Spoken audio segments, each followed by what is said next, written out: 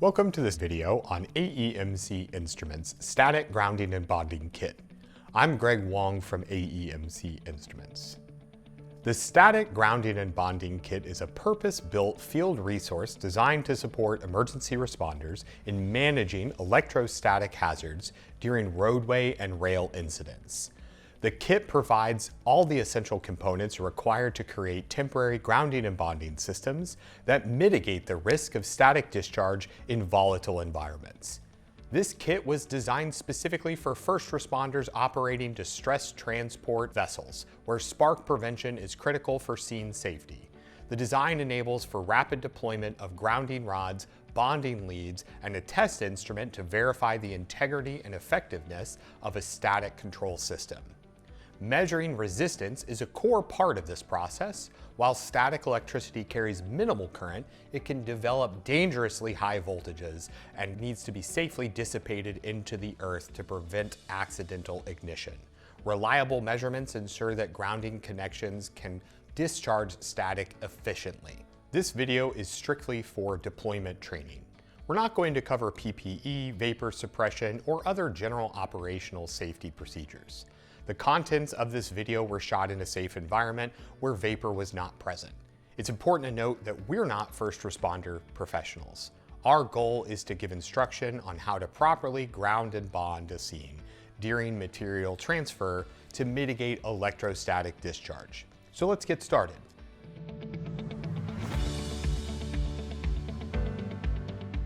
In many hazmat scenarios, static electricity poses a hidden and often overlooked risk. While most people associate static with the small shock that you get from touching a doorknob on a dry day, static may be present and often undetected in a wide range of environments. Different materials have varying tendencies to generate, store, and release static charges. Because of the unpredictable nature of static and the wide variety of transfer scenarios encountered in the field, it is impossible to know when exactly static discharge might occur.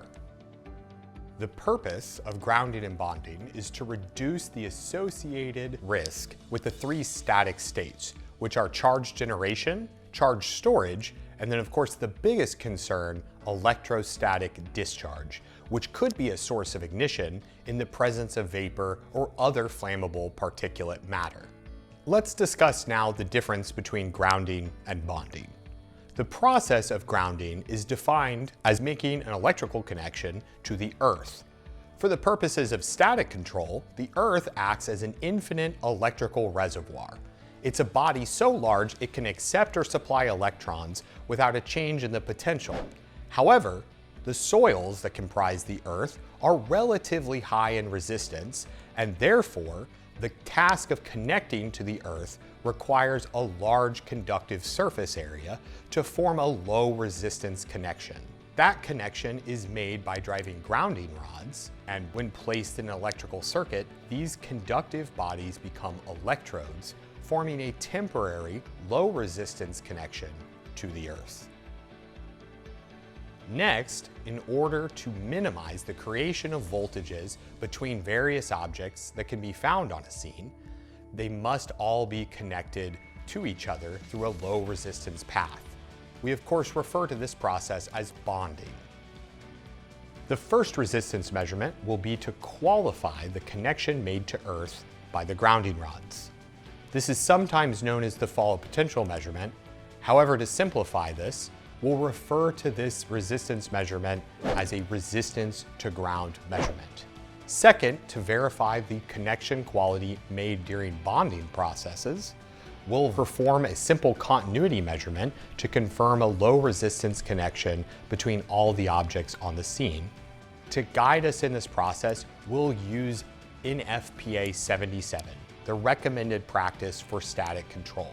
For the purposes of controlling static during a transfer scene, any resistance less than 1,000 ohms for a resistance to ground value and any value less than 25 ohms for a bonding circuit is acceptable. These values ensure an effective mechanical and electrical resistance connection have been made.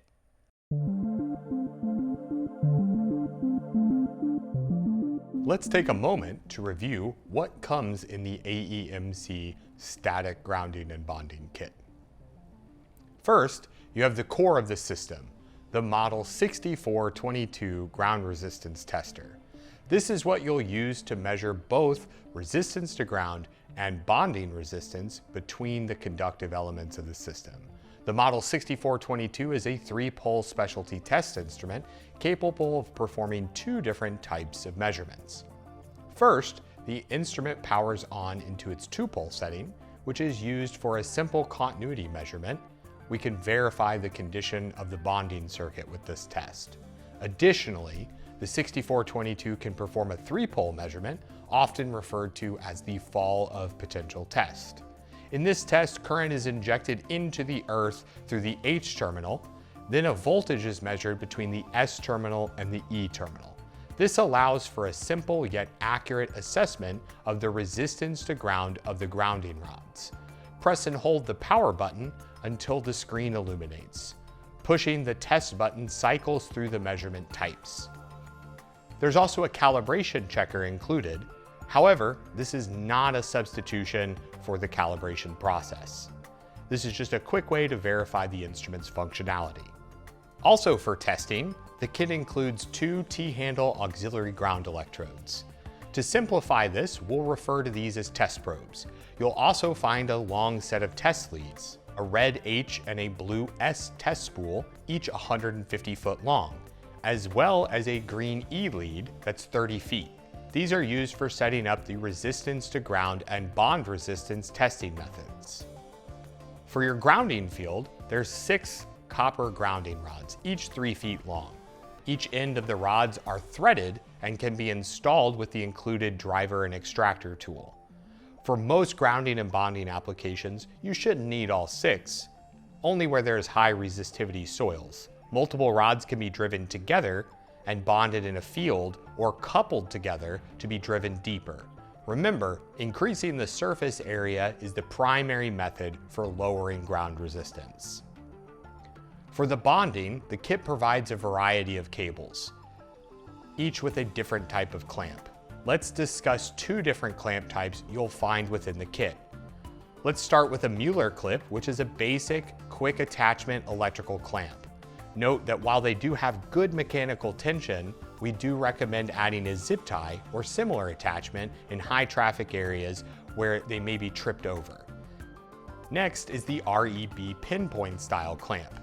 This clamp has a high mechanical tension and is applied to the grounding point, either a flange, a metal bracket, of both either the distressed or the receiving vessels. The pinpoint style jaw allows the clamp to pierce through contaminants like rust and painted surfaces. The kit includes 3 50-foot pinpoint to Mueller leads and 1 50-foot pinpoint to pinpoint lead. Also included are 6 10-foot Mueller jumpers that are meant to bond all the rods together when installing a field. All bonding leads and jumpers in this kit are non-insulated braided steel, allowing for quick visual inspection of their integrity. These leads give you the flexibility to make low resistance connections between vessels, pumps, and grounding points in all kinds of scenarios. Everything is stored in a rugged, weatherproof rolling case designed to keep the kit protected and easy to transport to the scene.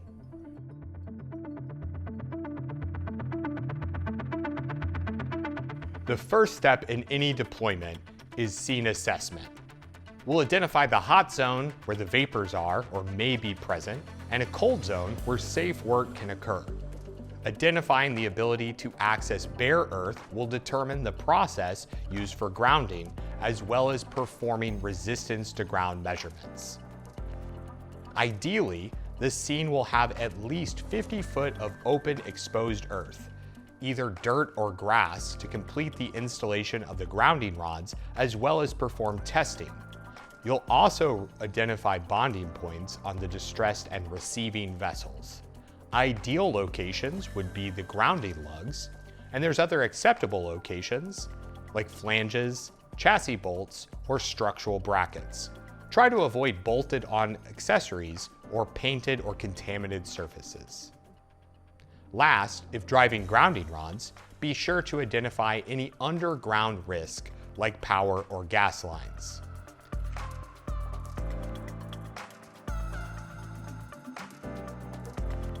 In the cold zone, in an area with a minimum of 50 foot of unobstructed accessible earth, drive 2 grounding rods into the earth at least 5 feet apart and at least 18 inches into the soil deep. If the soil is rocky, you may also drive them in at a slight angle, but they should remain unbonded at this stage. This establishes your initial grounded fields.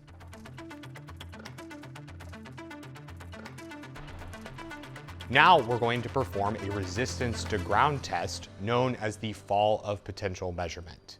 First, place a test probe 50 feet from the grounding rods. Insert this test probe into the earth a minimum of 4 inches so that it is freestanding upright. Connect the Mueller clip from the red H lead to the probe and using the reel spindle, unspool the reel back to the instrument. Connect the red jumper to the reel and then to the instrument's terminal. Then place a second probe 25 feet away in the same direction and connect the blue S lead. Connect the green E lead to the grounding rod. Now, power the instrument on by pressing and holding the green button. Ignore the initial 2-point reading. Press the yellow test button to begin the measurements. After 5 to 10 seconds, a resistance value will appear. If the resistance is below the threshold of 1,000 ohms, it meets the minimum criteria. Repeat the test for the second rod.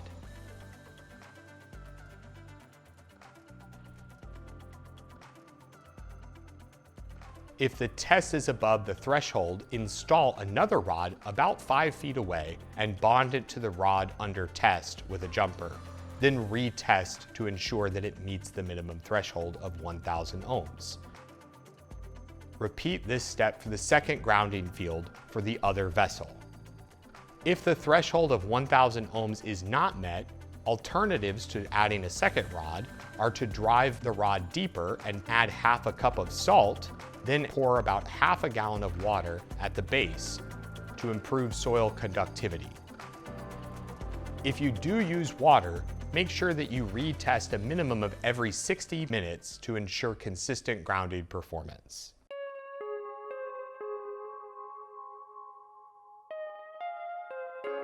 For the bonding procedures, the method used in this training for placing the bonding lead may seem a bit overcautious. The approach of isolating the bonding lead from the ground or any grounded object ensures that the lead itself remains at the same potential as the distressed vessel, while personnel are inside this hot zone. This is due to the unlikely but hazardous risk associated with the potential static buildup of the distressed vessel. Should a charge be present, isolation ensures that any static discharge occurs outside of the hot zone. For the process of bonding the distressed vessel, we'll fully unreel one 50-foot pinpoint to Mueller bonding lead in the cold zone. A qualified team member, supported by 2 others, holding the cable off the ground, will enter the hot zone and attach the pinpoint clamp to the verified grounding point on the vessel. Once connected, exit the hot zone and then connect the Mueller end to the grounding rod for the distressed vessel.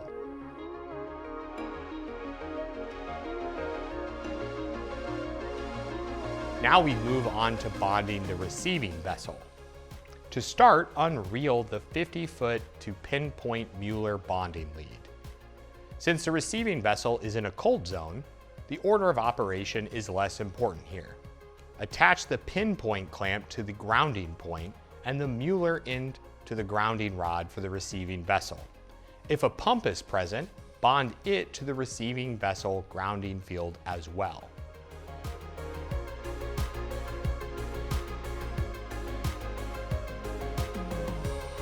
Now connect the 2 vessels together. Start by unspooling the 50-foot pinpoint to pinpoint bonding lead, following the same hot zone bonding procedure as before. Attach one pinpoint clamp adjacent but not directly to the existing grounding connection on the distressed vessel. Attach the opposite end pinpoint to the receiving vessel. The goal here is to equalize the potential between the two vessels without compromising the original bond.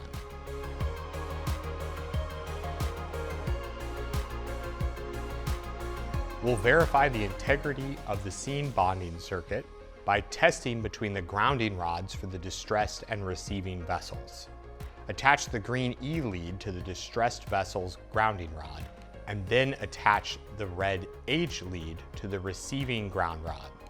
Plug leads into the model 6422 and power on the unit, letting the readings stabilize, and notate the resistance. The target resistance in this test is 25 ohms or less. If the threshold resistance is met, place a Mueller jumper between both the grounding rods for redundancy. To reduce the introduction of test currents during transfer operations, ensure the model 6422 is disconnected and powered down once testing is complete.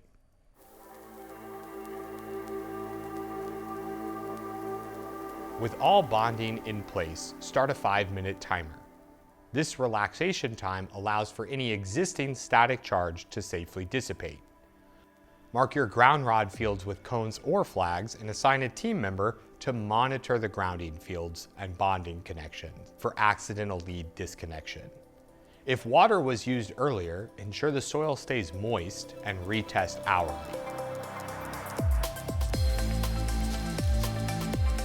Now, removing the kit contents should be done in the opposite order they were installed. Remove the Mueller clamp from the distressed vessel's grounding field. Lift and isolate the bonding lead from the earth, and then remove the pinpoint clamp from the distressed vessel. Remove the bonding lead from the transferred vessel and remove all grounding rods, jumpers, and any other material. Make sure to clean any residual debris from the components, then place them back in the kit. Lastly, remove the batteries from the model 6422 ground test instrument.